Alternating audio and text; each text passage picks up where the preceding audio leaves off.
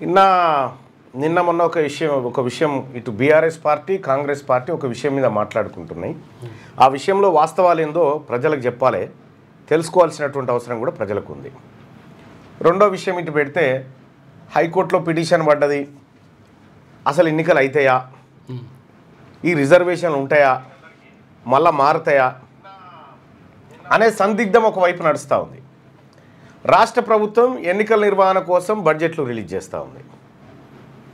రాష్ట్ర ప్రభుత్వానికి ఎక్కడో కాన్ఫిడెంట్ వచ్చి ఉంటుంది, ఎక్కడి నుంచో ఒక హామీ దొరికి ఉంటుంది. ఓకే, సో అట్లా రాష్ట్ర ప్రభుత్వం సరే అది అనైతికమైన జీవో అని తెలుసు, ఆ జీవో వల్ల ఏమీ రాదని తెలుసు, మరి ఏం చేయబోతా ఉన్నారు ఇప్పుడు దాని ద్వారా అనేటువంటిది చర్చ జరుగుతూ ఉంది. గ్రామీణ ప్రాంతాలలో అప్పుడే ఈ రిజర్వేషన్లు ఖరారైనటువంటి సందర్భంలో అప్పటికే ఊరేగింపులు, ఆ తర్వాత దావతులు, తర్వాత మీట్లు ఇవన్నీ జరుగుతూ ఉన్నాయి.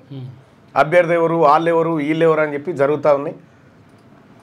కానీ ఒకటైతే నేను సూచన చేస్తూ ఉన్నా, ఎన్నికలు నిజంగా చట్టపరంగా రిజర్వేషన్లతో జరగాలంటే హైకోర్టు ఆమోదం తప్పనిసరి.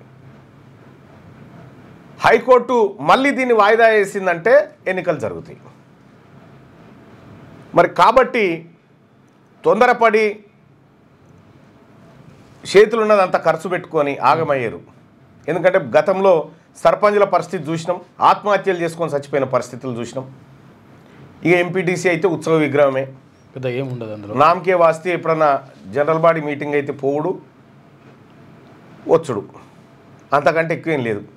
తొందరపడి అడగోలుగా ఖర్చు చేసుకొని తీరా రిజర్వేషన్లు ఆగమైన తర్వాత మళ్ళీ ఈ రిజర్వేషన్లు ఆగమైన తర్వాత చేయి కాల్చుకునేరు. అందుకోసమే జాగ్రత్తగా ఉండమని చెప్పి చెప్తా ఉన్నాను. ఇంకా ఇక రిజర్వేషన్లకు సంబంధించి 8వ తారీఖు ఉంది. 8వ తారీఖు కోర్టు ఏం చెప్తుందో చూసి 9వ తారీఖు నాడు ఎలక్షన్ నోటిఫికేషన్ ఉంటుందనే మాట వాళ్ళు చెప్పారు. వాళ్ళదేం పోయింది, నోటిఫికేషన్ ఇచ్చినట్టే అనిపిస్తుంది, కానీ ఆడ కోర్టులో పెండింగ్ ఉంది. ఇప్పుడు కోర్టు దయ, కోర్టులో జడ్జిలు మహాశయులు వాళ్ళు ఏమన్నా చూసి చూడనట్టు వదిలేస్తూ ఉంటుంది. అంతే.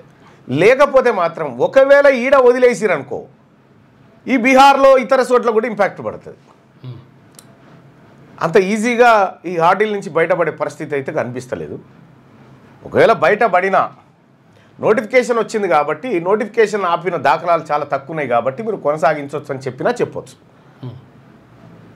కాబట్టి ఎవరైతే పోటీలో బరిలో ఉండాలనుకుంటారో వాళ్ళందరికీ కూడా తస్మాత్ జాగ్రత్త.